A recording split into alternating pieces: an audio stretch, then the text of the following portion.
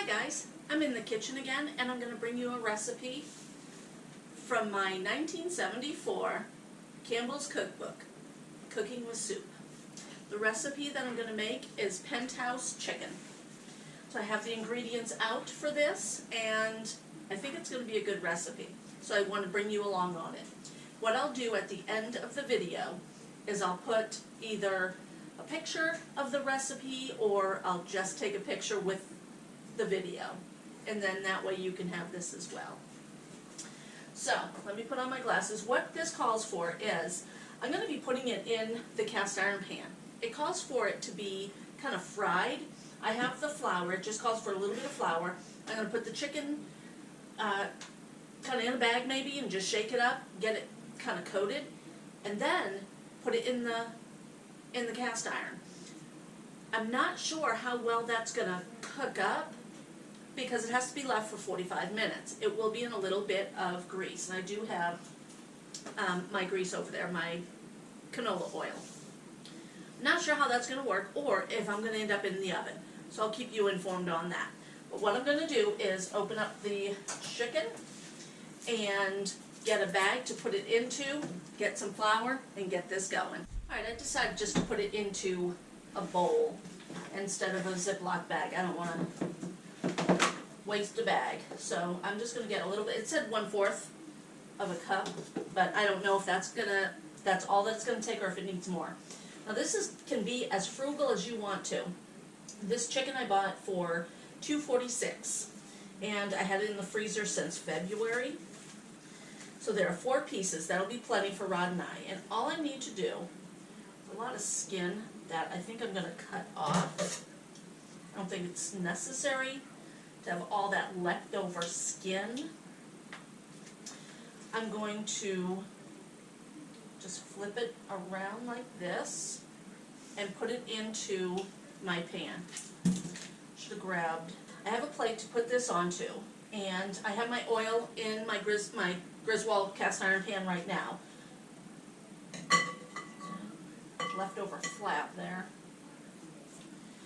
I'm going to just put this in here, and once I'm done flouring this, that's when I'll start my cast iron pan. It's not on yet.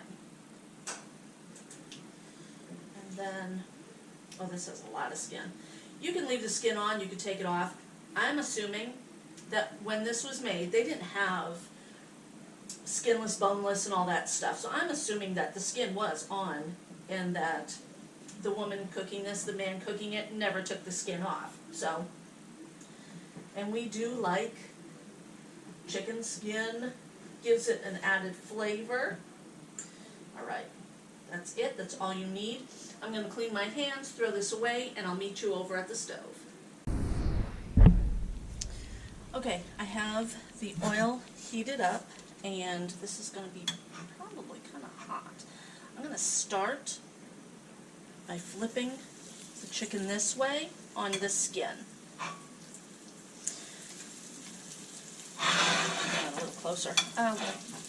I also was reading more of the recipe, and what I could do is cook this up just for a couple of minutes, then add all of the ingredients, and then cook it for 45 minutes. I will fry it the way the first portion of the recipe said. Let's see if I can show you. I don't know how bright it is over here. That's my recipe. I'll cook this on a few minutes, then I'll flip it and I'll bring you back in a bit. Okay, while my chicken is browning, I am going to cut up an onion and some peppers. Now this calls for green peppers. I don't have green peppers, so I'm going to use my sweet peppers, and I will probably, as you can tell, they're getting kind of old. Here, let's do it this way. 2 yellows and 2 reds. I'm going to cut these up, and I'm going to cut up my onion. It says sliced. I'm not going to be dicing it. I'll just keep them in long strips. Let's flip it.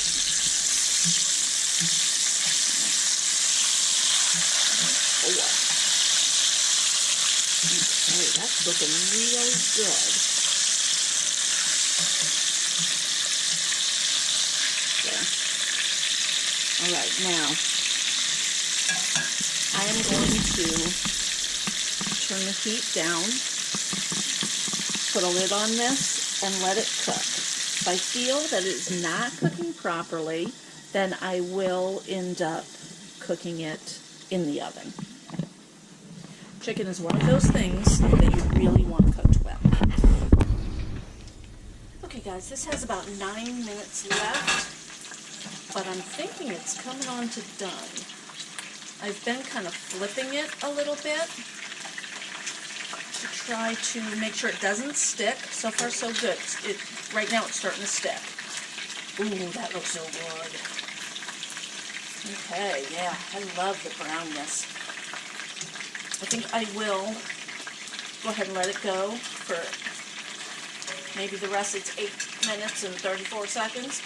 I'll let it go for the rest of the time and then do the rest of the recipe. This is really looking good and it looks like it's cooking up really well. I'm checking the doneness of the meat and it looks like it's done. I'm going to take this out of here and have all the other ingredients ready. Let's finish this meal. Okay. Yeah, that is done. Let's take it out. Now I have to browned up so good. Take out this oil. Ooh, it is not happy with me. I'm only supposed to reserve two tablespoons. Let me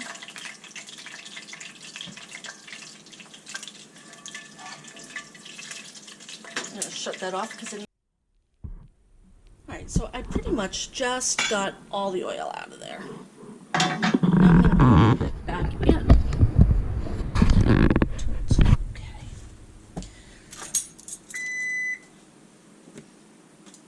Oh, my timer just ended. Not bad. Okay. I'm going to put in a little bit of fat.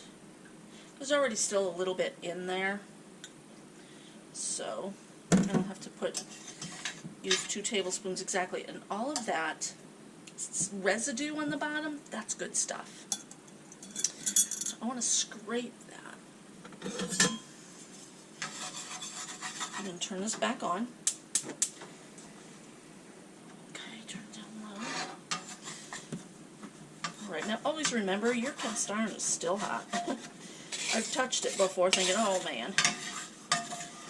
Okay. A little bit of sticking, not much though.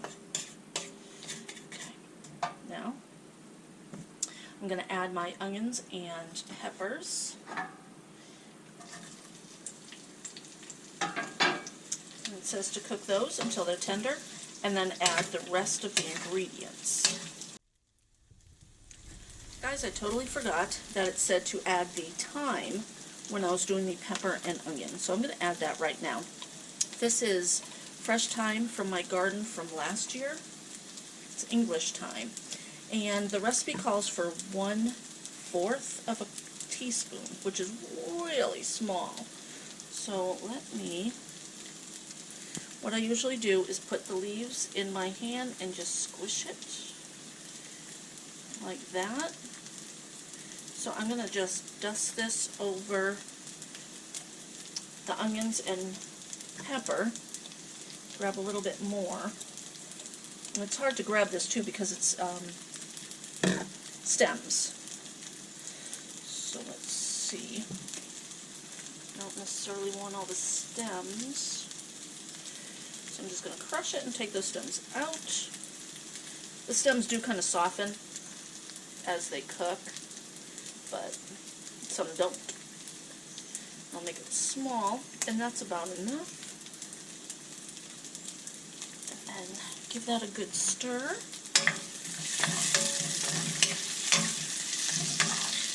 Now I'm going to add the rest of the ingredients.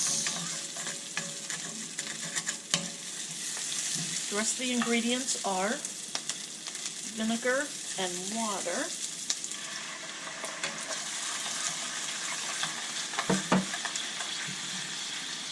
And the Campbell soup. Making sure that is it. I'm going to put, and I did actually have Campbell's soup. I don't always have Campbell's, but I did, so it's probably going to need, oh there.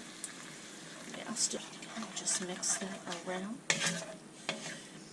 There are so many recipes in this book. I never thought about using Campbell's soup for stuff like this. I'm loving this cookbook. I'm going to turn this up a little. And the book says, add remaining ingredients, heat, stir now and then. Okay, and then you're supposed to serve this over the chicken. So, I'm going to let that boil up, and what I will actually do is put the chicken back in here. Because we're not eating right away, it is only 2:30, we'll be eating 6 or 7 tonight. I'll probably put this in a glass bowl, a glass baking dish. Let that come up to a boil. Alright guys, I forgot that I wanted to try this. So this is the way I put it into this dish. I'm going to put some tin foil over it, put it in the refrigerator. When I reheat this, I'll reheat it at 350 for probably about half an hour, and then I might put it on the crisper, the broiler, and just kind of crisp up that skin. But I thought I would try the sauce to let you know how that, I want some of that onion and pepper.